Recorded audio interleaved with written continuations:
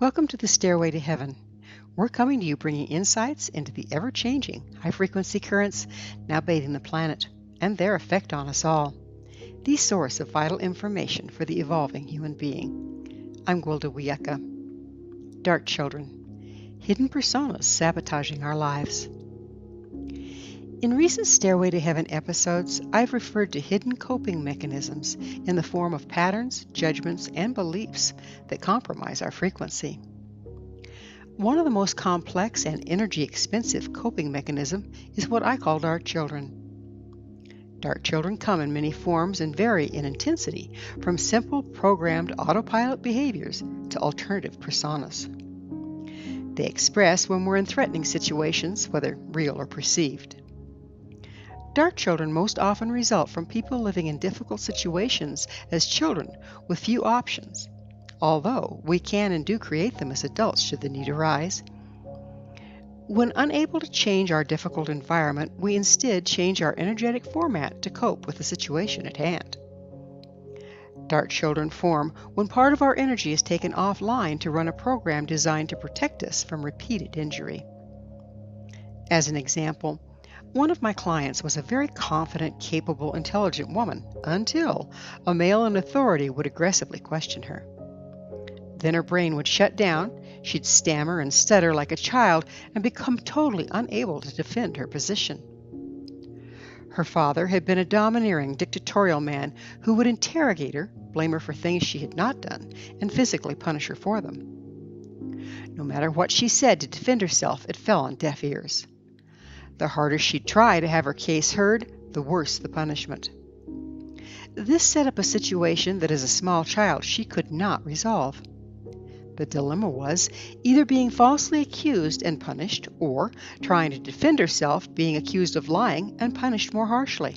Naturally, as a strong-willed, intelligent child, she was righteously indignant when unfairly accused. This approach always made things go from bad to worse. Finally, to protect herself, her unconscious set up a persona to come on deck whenever her father confronted her. This persona would stammer, stutter, and back down from any confrontation, lessening her punishment. The dark child had to expend quite a bit of voltage to force her to act in opposition to her natural expression. Because it was running on her personal energy, she would be left feeling drained and defeated. The program also ran outside of her conscious control. Even as an adult, when someone confronted her, she would suddenly find herself behaving like a traumatized 4-year-old, which was the age she'd been when the system had been set up. While the dark child had protected her when she was little, it became extremely debilitating as an adult. As in this example, dark children are triggered to come forward by events and circumstances similar to the ones that necessitated their creation in the first place. This means dark children are offline most of the time and not privy to the fact that time has passed and circumstances have changed. They just keep running the same old outdated program every time they're triggered into action by the outside world. Even when they're not operating, the frequency and gifts used to create them are often locked up in their system and therefore unavailable to us. In my client's case, unless she was triggered into her stammering, submissive 4-year-old persona, she did not have access to her ability to compromise or yield. As a result, she was overly aggressive and unable to back off, even when the situation required it. While dark children are created to protect us, if they're not recognized and re-examined, they continue to operate on autopilot and eventually sabotage our lives. Complicating the issue, we tend to establish multiple dark children to deal with various situations. Soon, just like a computer or a cell phone with too many programs running in the background, all of our resources are used up, running the dark children, leaving very little for us to operate our day-to-day lives. Dark children are also designed to protect us from numerous memories and information that as children we deemed hazmat and life-threatening.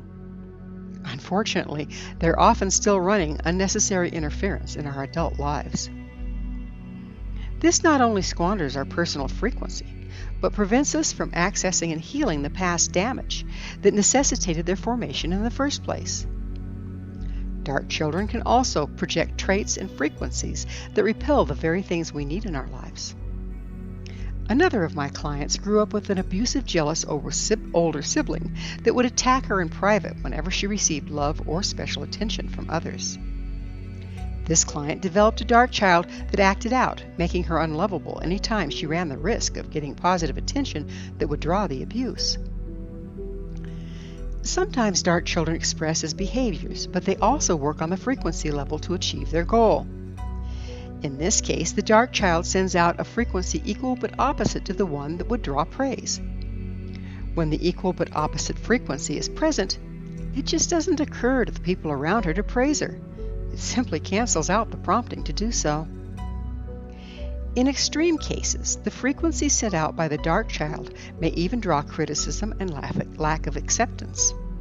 For example, the message sent out may be, "I'm stupid and ugly."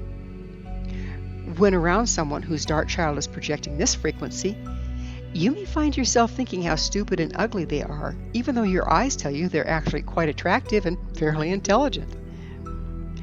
When confronted with this phenomenon, the tendency is to take ourselves to task for having such unkind, negative thoughts, when in fact, those thoughts did not originate from us, but rather from the dark child of the person in question.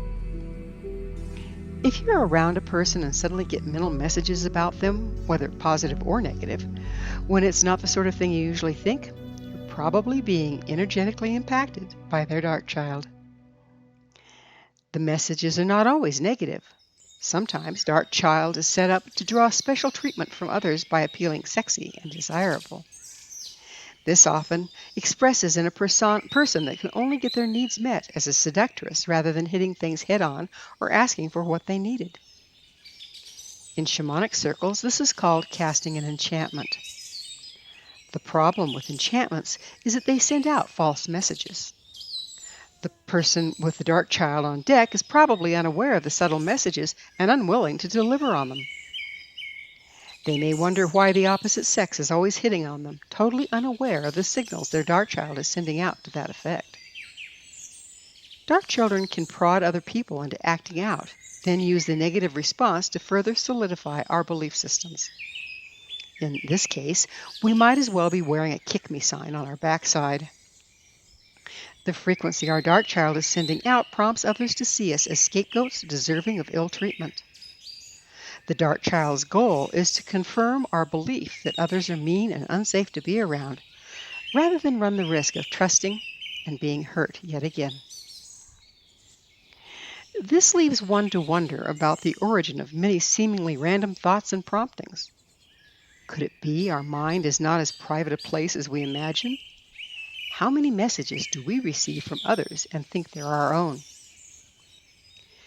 Dark children are usually on autopilot, coming online and running their programs when stimulus from the outside world is even remotely similar to a past experience that damaged us.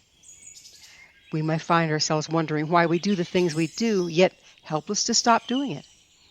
We're just observers, passengers, along for the ride until the program runs its course. When triggered, dark children may message us with judgments from our past, causing us to superimpose them on our present circumstances. If you observe yourself acting out in a way that does not fit the present circumstance, you're probably dealing with is messaging from your dark child. When dark children are created, we segment off part of our energy and gifts to run them. In extreme cases, this can be a drastic severance, coupled with a dark child completely overtaking our consciousness. In this instance, we may not know or remember what they do. Even if we're conscious of their behavior, it's like being in the backseat of our life, along for the ride, while a young child wreaks havoc with our relationships and our world. Sometimes we deny having dark children, other times we identify with them. Either stance leaves them in control. The more extensive the damage we have received, the more offenders involved, the more dark children we develop to cope. Dark children tend to create personas that are most likely to please the abusive individuals around them to avoid triggering the mistreatment. The more people one must work around, the more dark children created. A person with multiple personas designed to please numerous people becomes chameleon-like. These individuals are often accused of being people pleasers and have no real identity of their own. Ultimately, our gifts and talents, even our personalities, are tied up in dark children rather than being available for us to draw on in our present-day life. We all have dark children. Having a few is not overly problematic, but the more we have, the less energy available to consciously run our lives, and the more inappropriate interference we endure. Dark children can express as phobias when the message you receive is danger in a benign situation. They can cause you to feel emotions that are out of context. They may have been with us so long we think, that's just the way I am, never truly knowing ourselves or others. So how do we deal with these little brats sabotaging our lives? Believe it or not, it's possible to set up a dialogue with them. I found dark children to be extremely forthcoming and open to having a conversation. To do so, get out your trusty journal. When you catch yourself exhibiting behavior or receiving promptings that you suspect may be dark child related, sit down, close your eyes, bring the behavior or prompting to mind. Then ask, who are you? In your imagination, you'll probably get an answer. Don't judge it. Just like automatic writing or free association, simply jot down the first thing that comes to you. Ask, what are you doing? Followed by, why? Once you've figured out what the dark child does and why, you can reason with it. You might say, I understand why you did this for me, and I'm grateful you have, but things have changed. I'm an adult now. In your mind's eye, show them your life as it is now and the resources at your disposal. Then ask them if they'd like to come back and be part of the whole again and share your life. They almost always agree. Ask what gift they bring back. They might say something like, my right to ask for what I want and get it. Imagine the child at the age you were when the dark child was set up. Envision it walking into your body to be with you. Welcome at home. Journal the entire experience, and during the next week or so, jot down the changes you see. For instance, note times when you were able to ask for what you wanted and received it. To dismantle more difficult dark children, we may need to heal the damage that necessitated their creation. This is often best performed by a trained professional. Sometimes the little rascals are more clever than we are and need someone from the outside to run interference. However, once the healing is accomplished, we can integrate the dark children's constituent parts. These aspects, formerly used against us, can then become talents, gifts, and strengths, ours to wield as we need in the present moment. Extreme cases of dark children express as multiple personalities, which is a psychiatric issue well beyond the scope of this material. If you suspect this may be the case, seek professional counseling. Do remember, dark children are not the enemy. It's very important to acknowledge what they've done for us and be grateful for them. After all, they're just traumatized children bearing amazing gifts. Thank you for joining me, Gwilda Wiyaka, on the Stairway to Heaven, where we provide updates on the energetic currents facilitating our evolution into conscious, powerful co-creators. As I'm sure you've noticed, not only do the Stairway to Heaven episodes stand alone, but they weave together to form a map to evolution and personal empowerment as we enter the new era. To revisit this or any of our past episodes, visit our archives at www.stairwaytoheavenmedia.com. If you'd like to find out more about me, my school, and the evolutionary tools we offer, visit www.findyourpathhome.com. Until next time, may you be blessed on your sacred path to wholeness. We are here. The time is now.